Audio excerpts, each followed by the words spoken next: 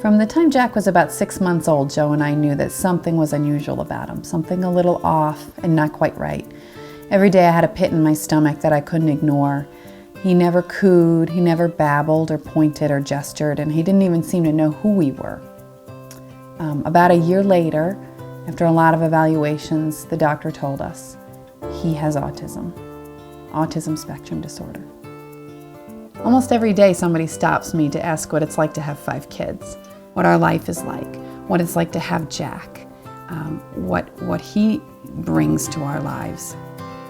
And so What Color is Monday is a peek inside of our day-to-day life, our first vacation together, Jack making his first communion, how we get through dinner, all sorts of stuff that every family goes through, but that autism just adds a little bit of extra fun for us.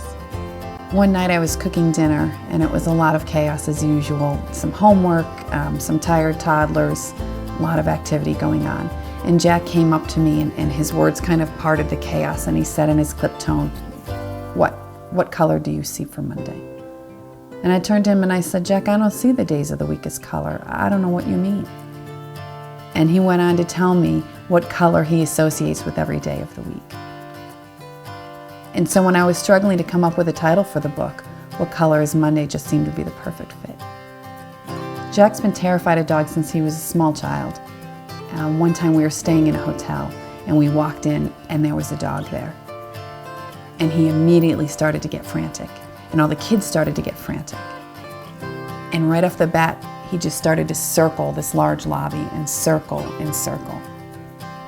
And I walked over to the family with the dog and I introduced myself and I said, this is my son Jack, and he has autism and he's terrified of dogs.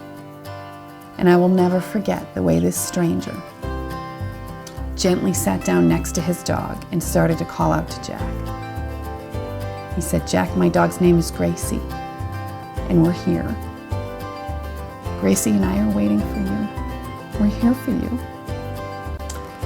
And slowly Jack started to circle closer and closer until he was close enough to reach out a hand. And he pet the man's hair. And then he reached out and pet the dog. And in that moment, I knew that Jack was going to make his way in this world. And I knew that this world was going to make room for him. And for the first time in the years since that doctor first told me your son has autism, I felt at peace. I felt an extraordinary peace wash over me. It inspired me to come home and think seriously about putting a book together. I wanted to show Jack to the world. I wanted to put a name to the face of autism.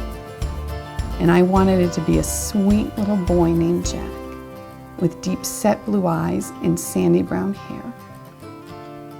And I want to show the world that beneath the rigidity and the anxiety and the stimming and the inability to understand that you shouldn't ask someone when they think they will die is a beautiful child who is witty and funny and interesting and brilliant. And I think the world is ready. I think the world is ready to see Carrie.